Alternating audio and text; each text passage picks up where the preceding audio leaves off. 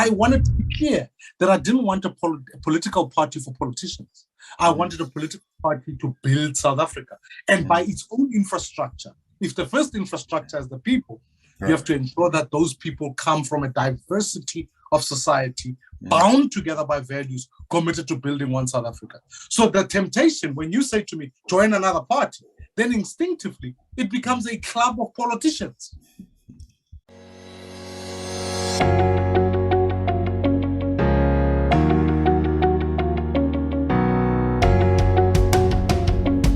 Well, good afternoon, ladies and gentlemen. This is Solim Weng at WorldView. Welcome. This is the number one media company where we explore everyone's perspective on things that can broaden our own worldview. Today, we have again Mr. Mmusi Maimane. He is now, as I speak to you today, since about 3-4 weeks ago, the leader of a new political party in South Africa, Bosa.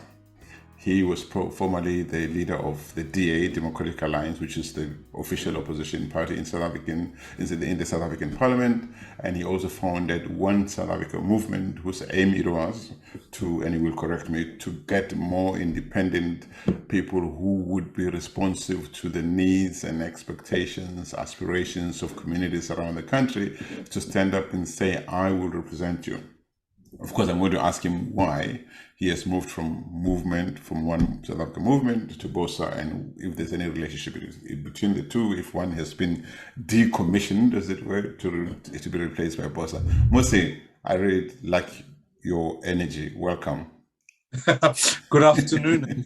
It's great to be with you. It's my great privilege, and thank you always for just inviting us to this platform, and I enjoy exchanging views with you. It's a great privilege. Thanks. Thank you. I really hope that we're not just exchanging views, because hopefully we get more South Africans to listen to these things, to hopefully impact their own thinking about South Africa, because I think that there are too many people who've given up on politics, on voting in South Africa, that need to be inspired again of a South Africa.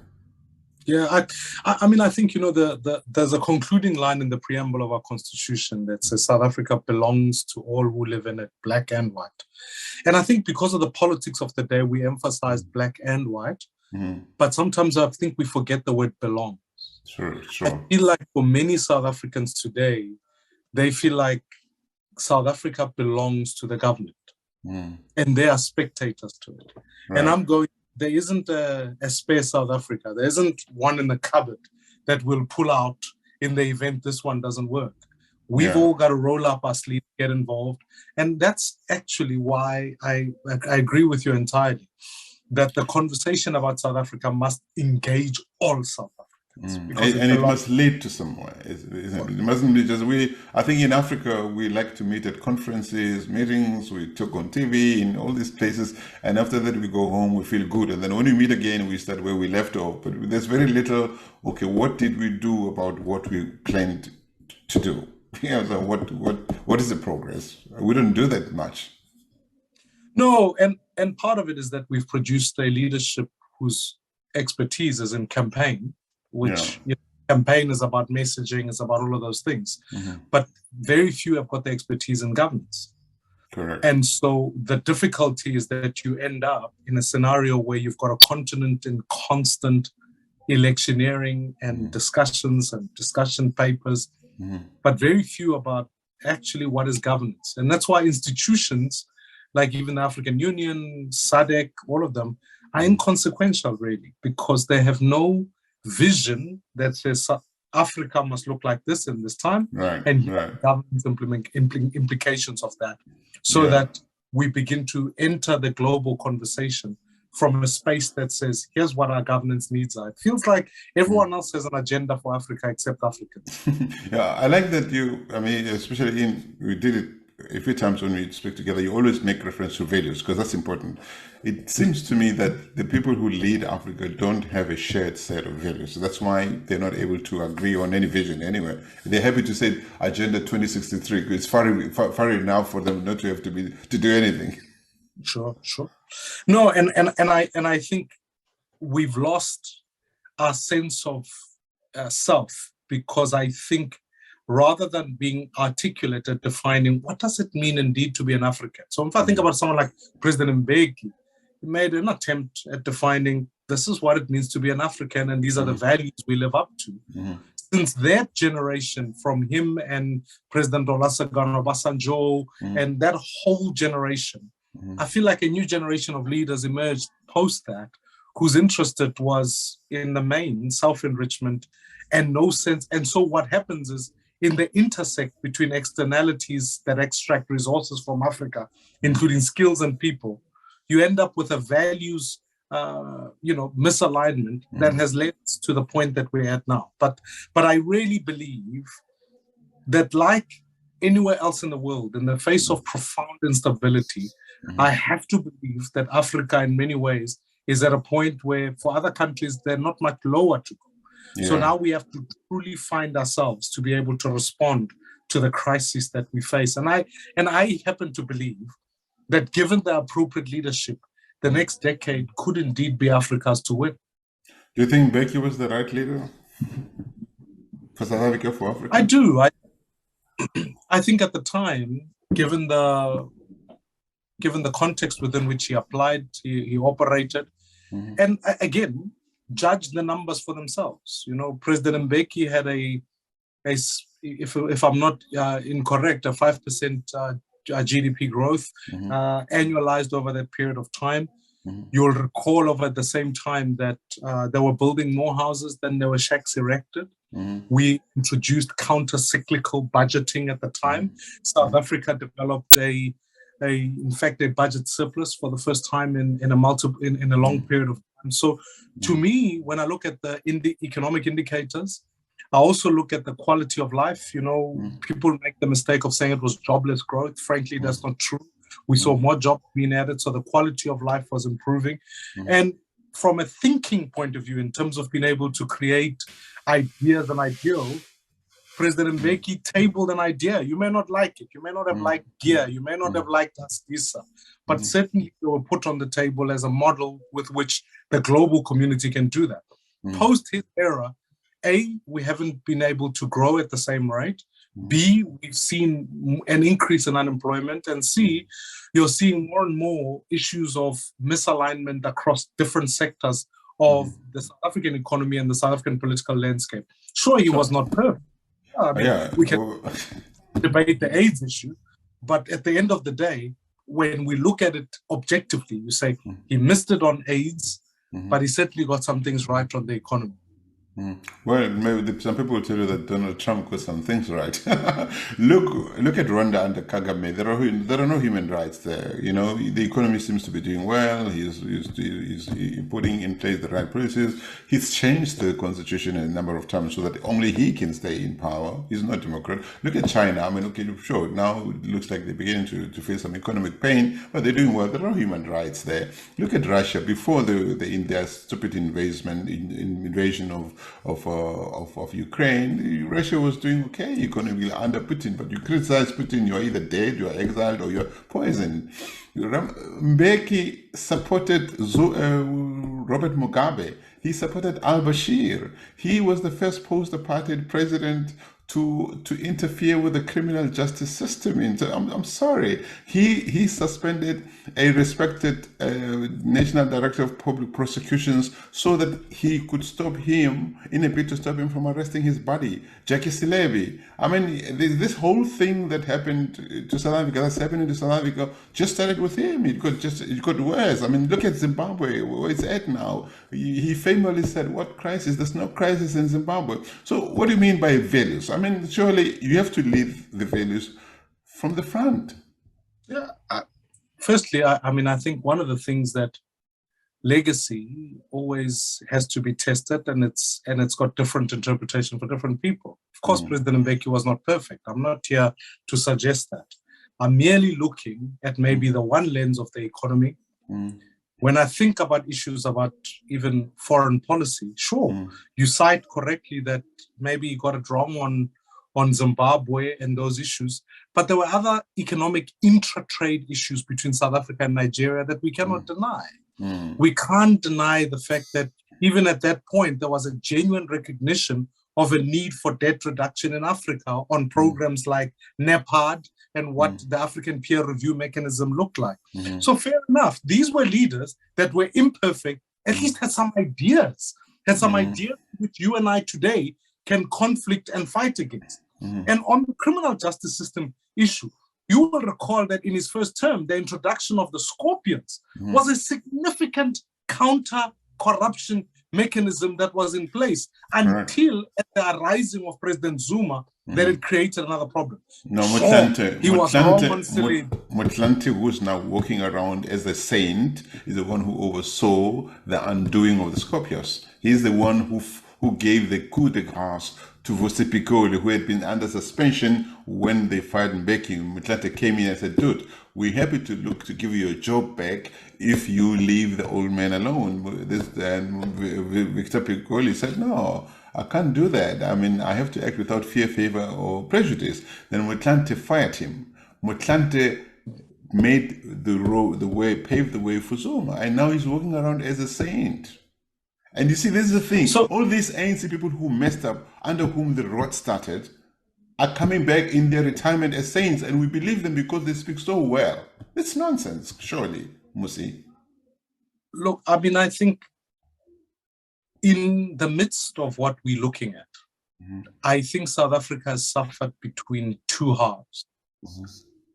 As we head towards 2030, I mean, I think it would be unfair to say that the gains of 1994 to the early 2000s didn't exist. I think that would be an unfair statement to say about South Africa. It would be an unfair statement to say about constitutionalism, etc. Yeah, but it's almost like comparing load level 5 and late level 8. But so that would be, if I use the footballing analogy, right, the first half of the game. And then we've truly entered into the second half of the game in literal equal sense, where the ANC collectively now, then as it was always stated, I mean, the ANC before 1994, it was clear that it wanted to capture the state. It says, though, in its National Democratic Revolution, it went ahead and did that.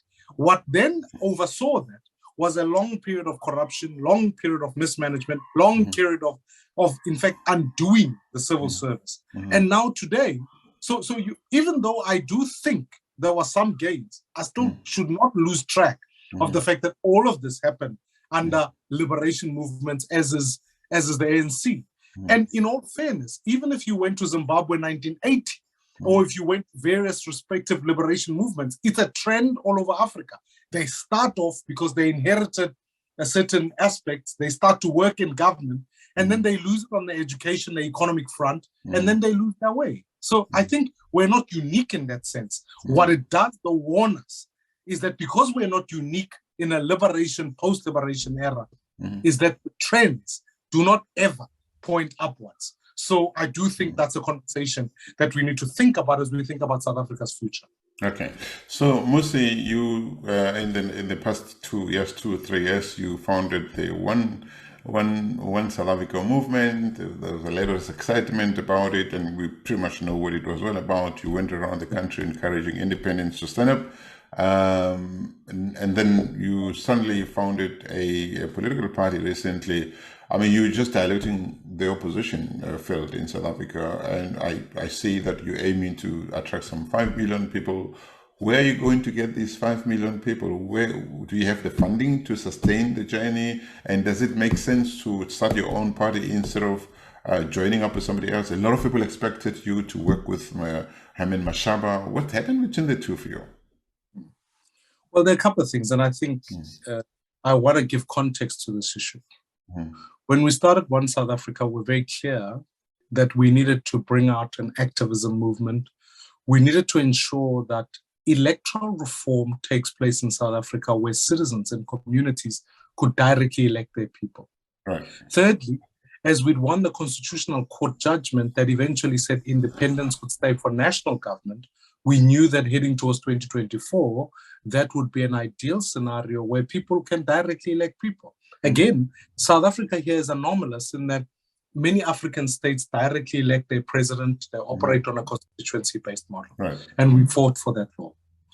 What has happened in the period then is that naturally, the South African Parliament has become so it takes the Constitutional Court judgment in such disdain that the bill they have tabled now is malicious compliance with the Constitution.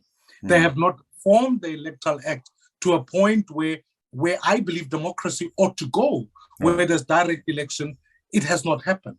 So because of that, A, and B, living in the context of South Africa, I mean, you sit in any flight today, and in the flight advisory for anyone coming to South Africa, the warnings are, you are going to arrive in a country with no water, no electricity, and now today, no fuel. This cannot be sustainable. This cannot be sustainable. So citizens like myself, who realize that South Africa needs change, who realize that the only alternative, the only way you can participate in our democracy, the only way it's made it possible is through a political party. We had to build one South Africa. But in practice, which is to your last point, why not join the plethora of parties that are there? I want to be specific here. South Africa really has only got 3 schools of parties, I want to call them. You've got liberation parties on one end, which are the ANC, and then the derivatives of that. You get the opposition parties who came from anti-apartheid sentiment. So you get the DA and many others of that who eventually become minority parties. And then I would argue the case that a party like Action SA is a derivative of that, because when you look at its current leadership framework, it emerges from that. And then you get regional and religious parties. Just a minute. So, it emerges from what? The Action SA? Yeah. The DA. Okay, but people could say the same thing about your party because you were former leader of the DA. But I want to give the distinction so that we are clear. Okay. And then you get the religious and parties like that who are either IFP in KZN or religious in one end, as in ACDP, Al Jamaa, etc. Right.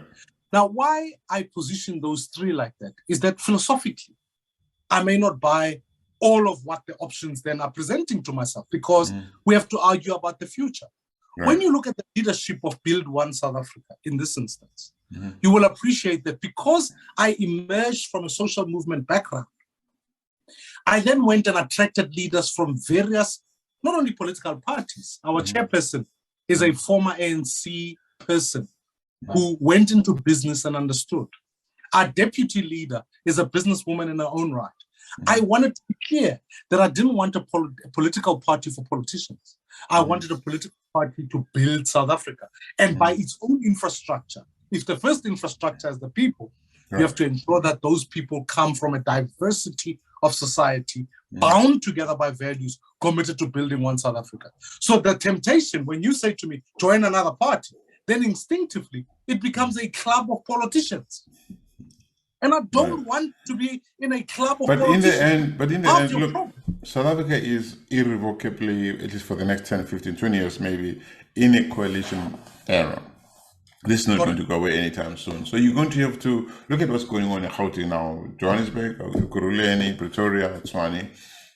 You're going to have to find, in order to effect the changes that you want to make, that you propose for South Africa, I think you have to be realistic to say you can't do it on your own. So you're going to have to look around into the political field arena and say, I can work with so and so and so and so and so and so. And one understands that there are huge and strong egos in politics. People go in there, I'm the right guy, I'm the next big thing for South Africa. But you're going to have to work with the likes of Mashaba. I mean, in France, they like to say, dans la politique, on cherche le moindre des diables. What it means is you look for the list of the devils. You're going to have to find the list of the devils to work with. Which ones are yours? I think what you're going to have to look for is what I typically call the triple V's. The first one is, who do you align with on the basis of values? Okay. The second is, we've got to be crystal. This is a lesson from 2021. If you say to me, what did you learn from working with independents? Is that whilst we agreed on values, which sometimes can be easy to do, the vision component is the most central piece, because that's where actually policy decisions are made. And that's where, in fact, policy direction is given. So we have to go into that. And then the third is a question of ascribing value, which is how do you grow the economy so that you begin to deal with all the other issues that are underlying.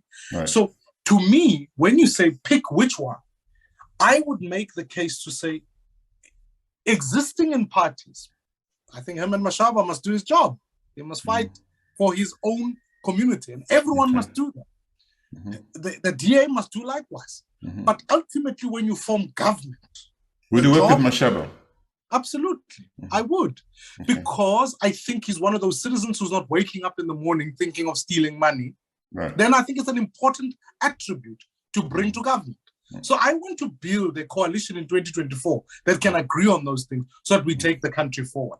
But to suggest that suddenly by putting an option in South Africa of building one South Africa, you are diluting the others is unfair, because actually from who Mmusi Maimane is vis-a-vis who Mashaba is, you can Mmusi Maimane, this is a fact. It's not a matter of unfairness.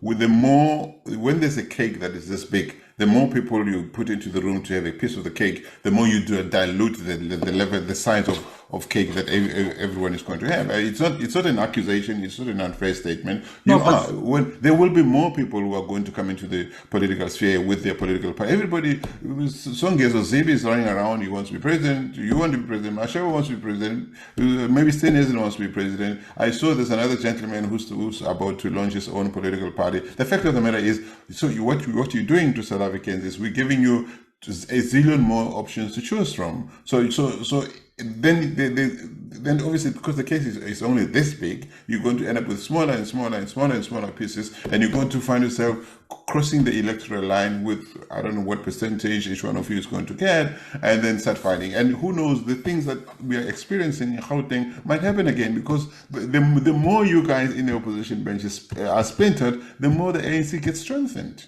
Or becomes the one that says, I'm going to give you this position if in exchange for this. I do think there is a point that I don't want us to miss here. And this is it. Okay. That without the addition of extra parties, the electoral market in South Africa is declining. Voter participation is declining. And it's declining because citizens are not finding that alternative. All right. So at some level, we could all sit back and say, well, it will emerge messianically. It doesn't happen like that. The second point I want to say is the reason why in Build One South Africa's constitution, we wanted to emphasize communities and direct election is precisely to engage citizens who are disillusioned with democracy and the current party infrastructure. Okay, how are you going to me?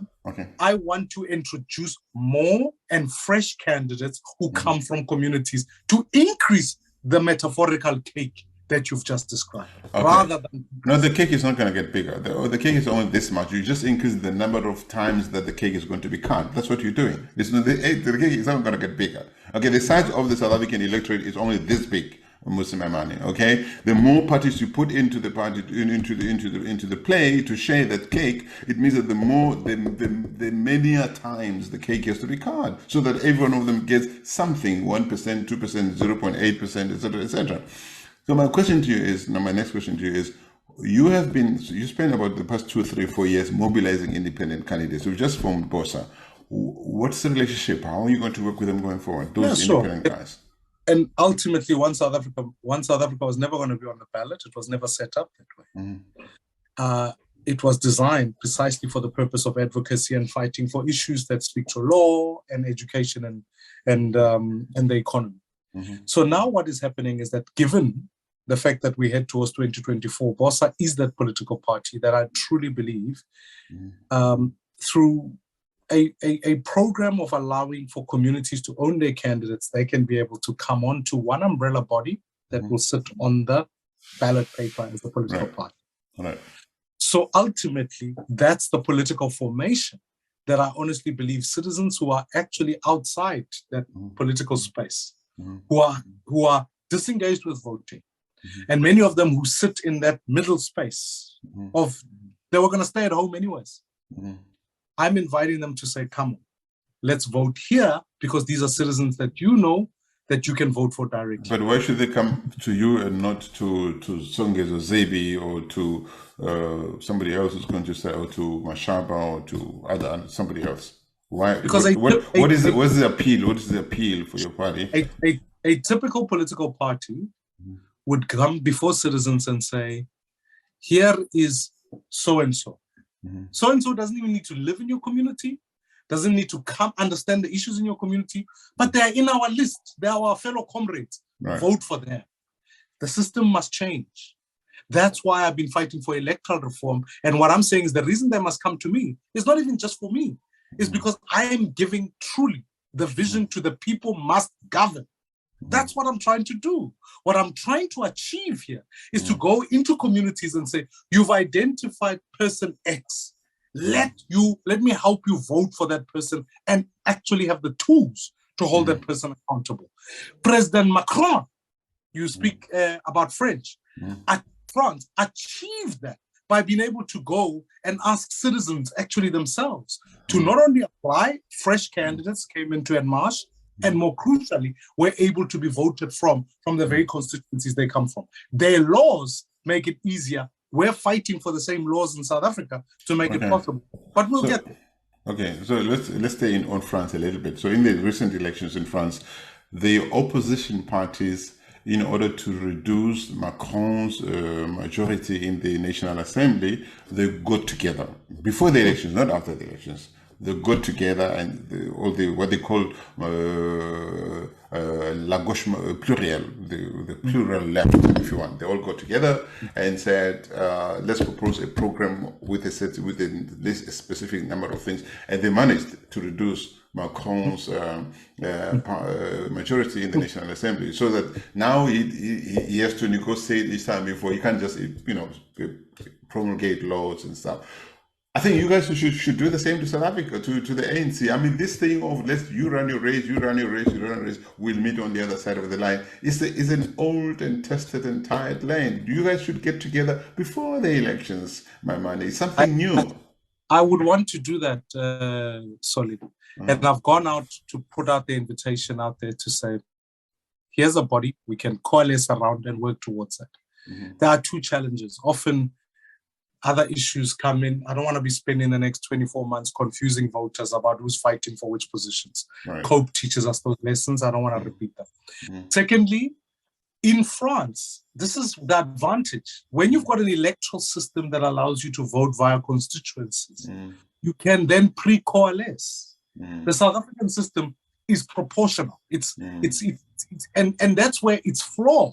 Right. Because if it was constituency-based, then I could sit back and say, actually, in KZN, this candidate is ideal in that he doesn't come from our party, but he comes from this party. But you know what? We're going to gather together to support that one because we need the numbers in that one. Okay. So the point is the rules in South Africa are not set up to achieve. Yeah, but that's why a pre-coalition. I totally agree. It doesn't change the principle of what you are doing, which is let's gather people together to work together. So suppose you guys, I mean, there are some things that can be done. I haven't drafted a list of them, but I think it's reasonable to think there are things that can be changed before the elections. There are things that can only be changed after the election. So you could say to South Africans, to first of all, to partners ahead of the election, let's get together and put together a program of things that we can promise that are realistic.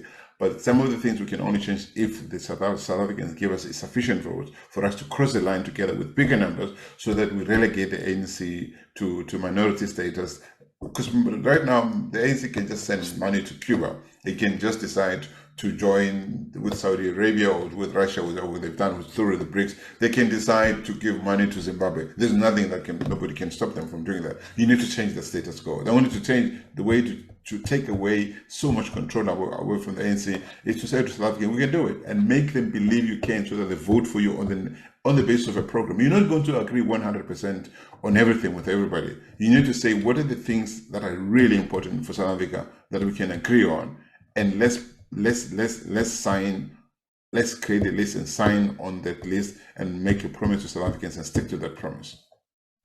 And as I've been on this platform before advocating for that sense, and I've been on this platform before even citing KANU, which is what Kenya has been able to do in terms of being able to achieve the change. This is not something that I'm opposed to.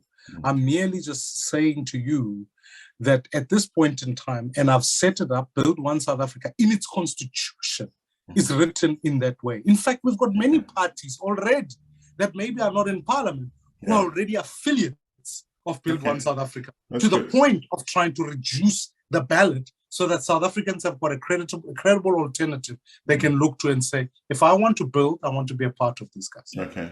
So mostly in South African politics, patronage is huge. And I know you know that. We know that ahead of major elections, whether it's party elections or national elections, there are apparently lots of brown envelopes that go from farms and other places where money is stocked and it gets given to individuals to influence this and that in communities.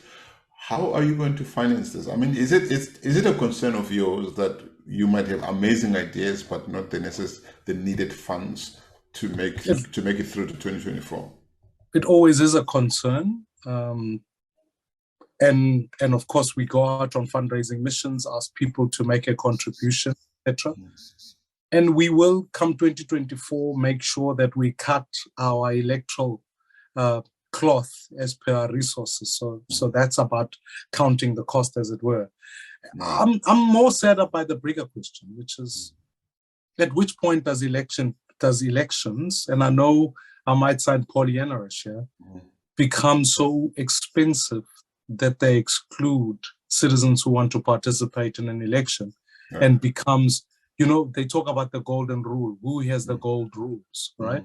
And at which point do we try and undo that? And I know I'm beating the constituency drum, but I do think contesting an election in a smaller constituency surely must be cheaper than just simply going countrywide. So if we were able to reform that over a long period of time, I want to make it possible for someone who says, I've got some money, but not the hundreds of millions. I only want to contest in my region, which might be Johannesburg, and it's accessible to me, so that they are able to do it. And I think that's the future, because otherwise I think democracy will become exactly to the point where good people with good ideas are locked out because they simply don't have the resources. So it is a concern for me, and I'm building the war chest. But you know what? If you wait until you have all the money, you may never start. That's true. Get going. That's very true. So if you look at what's been going on in Johannesburg, Gauteng recently, how do you ensure that this sort of thing doesn't happen post 2024? Yeah, I think this is a very helpful thing. A couple of things. One is, the first is delay the amount of time it takes to negotiate a new government. Okay, South Africa only gives you 2 weeks to do that. Internationally, no one does that. Effectively, you can be in Germany and spend 3 months negotiating a coalition. But once you've agreed on one, it sticks. That's the thing. The second thing is, make sure that on the basis of the issues I raised earlier, what is the values, what are the vision, how do we agree on those things, that those things are made public and publicly binding. The agreements of coalitions in Johannesburg are secret. We had a press conference where all the leaders came together. They told us that we're getting engaged, but no one gave us the anti-nuptial agreements. So now, naturally, we wake up in the future and motions of no confidence are flying. What's worse is that none of them have the audacity to come back together and address us as society and say, we broke up for the following reasons. So I would suggest that those contracts be made public. Thirdly, I do think that once those are, citizens' participation and oversight over them must be strengthened and encouraged so that you can make sure the coalitions work. And there are a few rules I want to put that citizens must always know. No one must coalesce around corruption. That's a serious disaster, and we've seen it. You talk about patronage. Sometimes it can be racial patronage. I remember negotiating coalitions with parties who would say to me, you'll only hire this race or that race. That is a bad way of coalescing. Or you cannot coalesce around regionalism to say we'll only focus here. The failure but should these discussions happen before or after the elections? They should happen. Don't you think there should be some ground rules ahead of the election so that you don't waste too much time agreeing on the rules once the elections would have happened? No, I think they can happen at both times, because the difficulty is our system only lets you know what the real numbers afterwards, right? Yeah, but if you and say Songes or say GB get together and say, listen, I think we could work together, all right? How about we put a basic agreement together, but maybe we'll finalize it after the election. But I did that in 2016. And if you'll remember, Johannesburg stayed together for certainly for 2 years, longer than what we're seeing now. So I did that before, and there was a lot of work that went into that. I got the leaders regularly. We had regular interactions. Coalitions need leadership. And you know why the current failure at the moment is that there isn't, to our earlier conversations about governance vis-a-vis campaigning, is I think parties get into coalitions to campaign for the next election. Right. So there's always this out-muscling of saying, we'll show you off and we'll show you off. And the citizens are ignored. We should have a coalition governance plan that you can agree on before, because the issues do not change because there's been an election. Unemployment will be unemployment. And where I'm sad, sorry, and this is something that I think, as you've had multiple dialogues even on this platform, is that when you speak to parties, you say to them, give me your economic plan. I hardly see it. Say, give me your plan on ESCOM. I hardly see it. Do you have a plan? Do you have those plans, For Bosa? Okay. We've had to invest a lot in writing these things out and thinking hard about it. Are they on a website? Can people access them? And certainly, I'm just putting together the finalization of the document we launched on the 24th, and we'll be tabling multiple chapters of this issue on health, on safety, and all that. So people know that when we say, this is what we're going to do on crime, these are the 10 things, here's how we're going to do it, etc. So that people are not confused at the end of the thing as to what they're coalescing around. Otherwise, you can end up with a coalition to remove the ANC, wake up in government and think to yourself, now what do we do? And then citizens think, to the devil they know peace, is to say, well, we prefer the old devil because there wasn't this revolving door of leadership without a thorough plan. Yeah. If you think about South Africa's current foreign policy and South Africa's economic policy, the two policies for now, what are the major changes that you would bring there in those two areas? When I think, I don't want to bang on the values drum for too loudly, but South Africa has lost its values. So we don't understand what it means to be a truly liberal democratic society. I don't think we understand that. Even though our constitution hints towards that, we've lost that. So what happens in foreign policy is that even you might state that we support countries like Venezuela, we support countries like Russia who ignore democratic practice.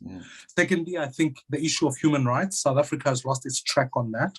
And so we end up supporting despots and our failure to engage. I think that we don't understand what the infrastructure of democracy must look like. So making sure there's the rule of law, the independence of media, all of the independent judiciary, all those aspects, we've lost track of those. That's why we sit by and watch what happens in Zimbabwe idly.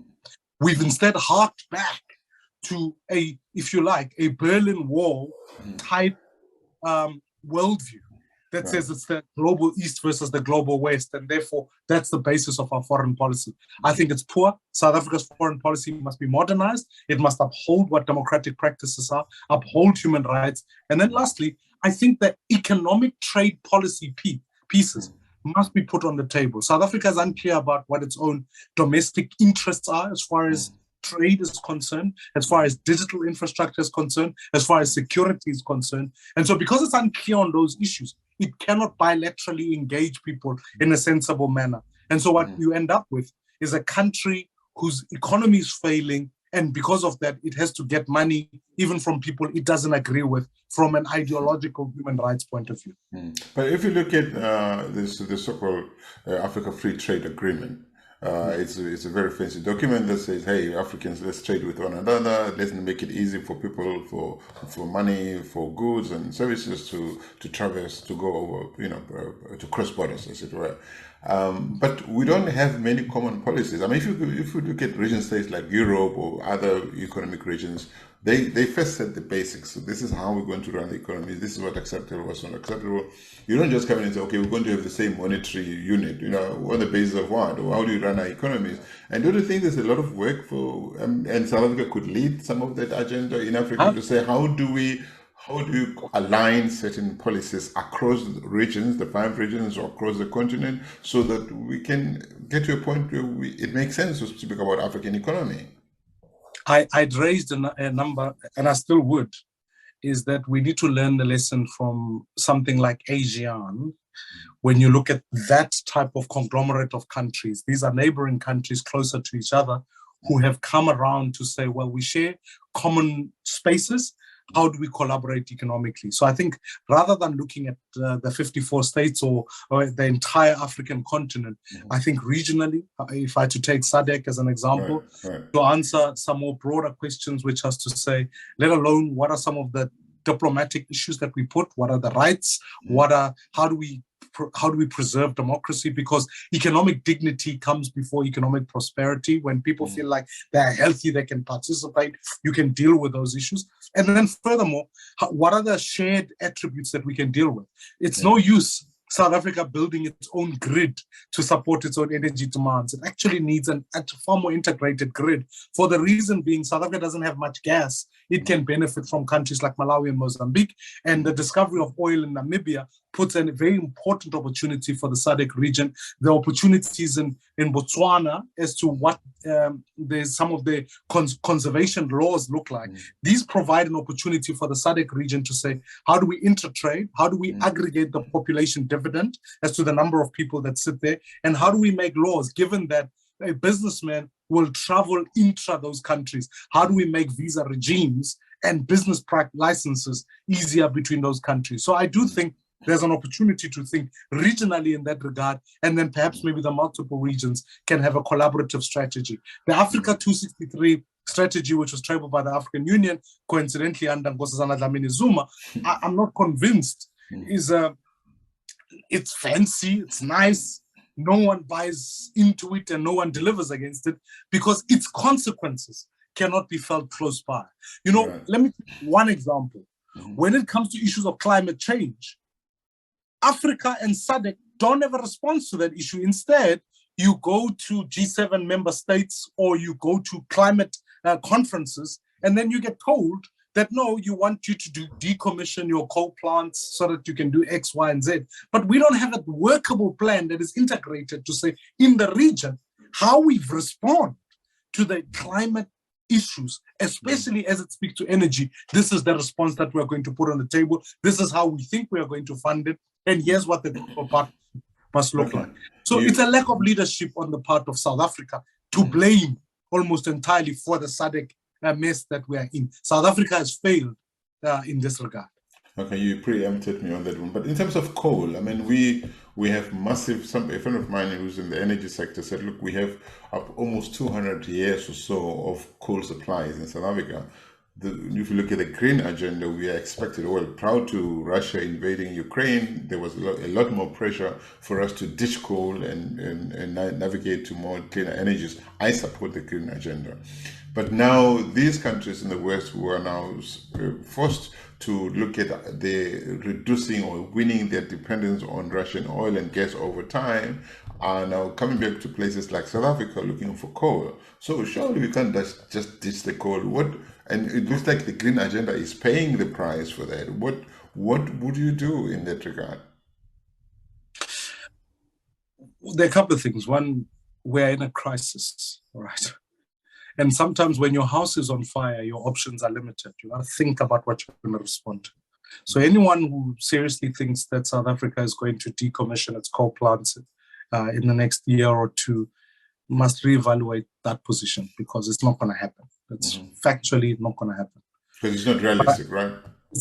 It's a completely... And also, why would you give up the goose that's laying the golden egg? The fact of the matter is that coal prices have created the boom that we're seeing in our fiscus at the moment, thanks to the Russia-Ukraine war, that we're able to export coal at a much higher price. So anyone who seems to suggest that we're going to ditch that... And hopefully that money doesn't get stolen. It gets used to help to balance our trade, balance of trade, for instance. It doesn't go into the hands of politically connected people in South Africa. This is still the ANC, so I think let me leave that comment at that point. But to your environmental question, I do think I met a number of scientists who seem to suggest that there is a way of being able to, whilst coal may not be the perfect solution in the intermediate, but there are ways of being able to deal with coal emissions in a way that you can create it, you can burn it in such a manner that it doesn't do as much harm to the environment as it looks like. And I met a great company that converts it into carbon, a different carbonization. That's one. So I do think we must look at the technology and think about how we can invest in it so that we are responsible in that regard. I happen to think, and I know that might make me an unpopular person, I do think, I never thought in my life I'd agree in some ways with some who say that there must be a question about how do we introduce nuclear, even in the SMR technology, the small nuclear reactor type technology that allows you to put it in smaller plants over a period of time to ensure that there's a reactor and there's an ability to stabilize your energy grid, because South Africa's discussion cannot be load shedding. It has to be, how do we stabilize base load? And so we've got to do that.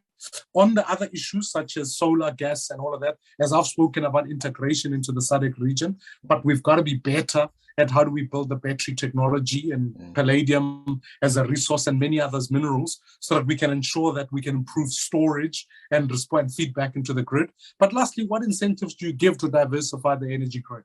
So I think we need to think about it as a 2-year, 5-year, 10-year plan. So in the 2 years, let's figure out the best ways to mine coal in the most climate friendly possible. In the 5-year, how do we diversify energy and give incentives for others? And in the 10-year, how do we use an integrated grid with other areas so that we can diversify the energy supply? And maybe and ultimately in the 10-year period, like me and many others, of course, we need to look at the best ways to decommission coal plants. I'm not saying we should stick to it forever. It just means that we have to see our way through it in a sensible manner. And it's going to require us to think up creatively about how do we, when we give those incentives, what financing mechanisms come into play? Because there again, if you don't finance even the green agenda, you run the risk of repeating the same problems that happened through an industrialization era. Now we're going into a new transition. And I think the financing mechanisms need to be important so that not only do you indebt countries over a long period of time, but the new participants cannot be the old moguls who are now just translating into the new, but more citizens can participate in a new booming economic era. Yeah, I mean, look, we shouldn't be shy away from nuclear energy. It's clean. We've run Quebec since 1982 when it was commissioned. The only thing I hated about nuclear during, especially the Zuma year, is that it was politicized and there were these rumors and potential stuff happening with corruption and stuff. But if you have a clean process that's transparent and that's well funded, I think nuclear energy still has a role to play. South Africa is a very industrialized economy, a lot more industrialized than many economies in Africa. You can't run that economy on your renewables alone, at least not yet. Certainly. And just because of the demand for capacity, you're not going to be able to marry that with the current ability that solar and hydro even are producing. So South Africa has to think about nuclear. And I would think that it's certainly the reason and I support your point entirely, the transparency in the tendering process. But there again, how do we build economic participation and building of the plants so that more people can participate, and what incentives you give into that space? Right. So one of the biggest things we still on foreign African relations, especially immigration into South Africa. I mean, we know Home Affairs, our borders, our porous. There are many people we don't even know whom we're harboring in South Africa. I mean, people, whenever somebody like Mashaba tries to address the issue, people simply accuse him of being xenophobic. I don't believe Mashaba is xenophobic. I think what he's saying is let's be clear about the rules and let's apply the rules. I live in a foreign country right now. They know that I'm here. They know where I live. If I move to another town, I have to tell the authorities I'm moving to, and I don't see anything wrong with that. Surely, why can't we have a system where we know who's in the country? Maybe we're harboring child murderers, rapists, and other criminals in South Africa. We don't know who they are because in the name of African brotherhood, don't touch them. I mean, surely that's nonsense. Well, I think first and foremost, there is the discussion around immigration is poorly handled by many political players who want to use it for populist reasons, I think.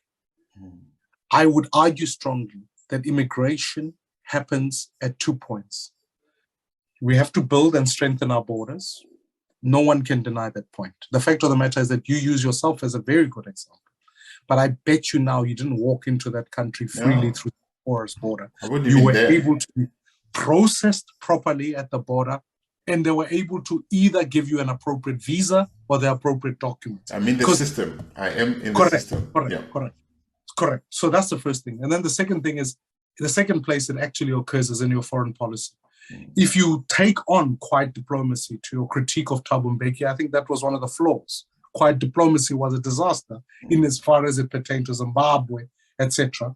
And so I do think it occurs in that second space. You cannot let people around you continue to abuse human rights, and that when people are seeking refugee status in your country, you can't grant it because your systems don't work, but you fail to engage the despots in those countries.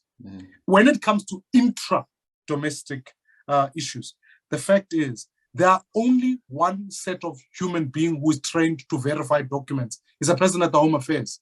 So it cannot be a policing issue, because if you make it a policing issue, then every South African must carry a dom pass so that the police can walk around and say, produce your identification, we know who you are.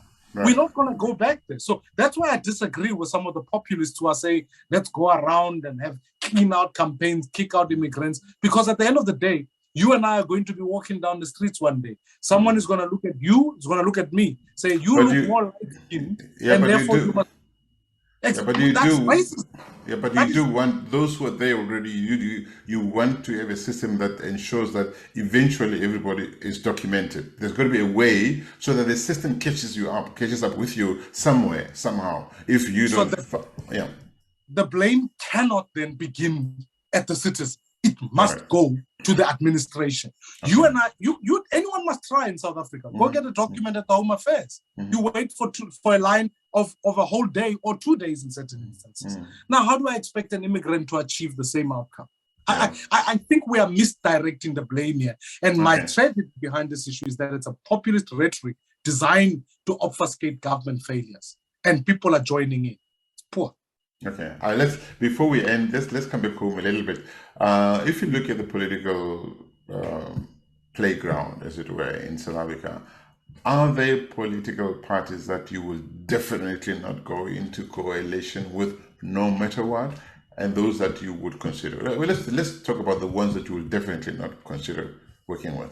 No, I think one. I'm not trying to be political. I really do not know what's going to happen after the elections. I certainly would not go into a coalition with a party that's committed to stealing or hate speech or hate crimes against anyone.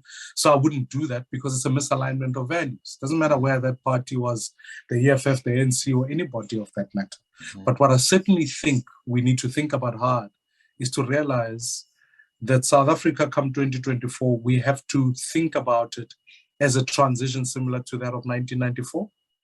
And if we think about it as a transition similar to that of 1994, I think the genius of President Mandela is that he understood that it required more than just the ANC to be able to build to go forward. So I'm not dismissing the ANC. I think that part of what the ANC needs to do is realize that it becomes such a part of the infrastructure of South Africa's governance that you're not going to have to encounter the ANC. Neither are you not going to encounter the DA in certain provinces. So I think we need to treat 2024 as 1994, really.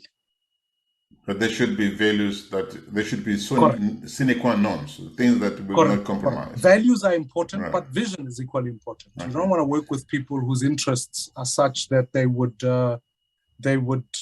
destroy your economy or destroy your value set, or certainly you don't agree on policy wise. So that's why I'm calling for the fact that at the end of the elections, give all the parties at least 2 months. They can form a government before that, but they certainly can't rush themselves into it. 2 weeks is not enough. Okay. People are tired after elections. It's not enough. So my last question, Mmusi, is this. I think most people seem to agree that the number of South Africans that have given up on elections, on voting, is growing. Before I finalize that, I do want to add one point in the previous issue. I will not work with anyone who has a criminal record. I think that's important to put on the table because it's not power at all costs. What about people who say, well, I haven't been tested? I mean, you could work with Zuma, doesn't have a criminal record. You'd work with Zuma? It's complete nonsense. we all know who the criminals are.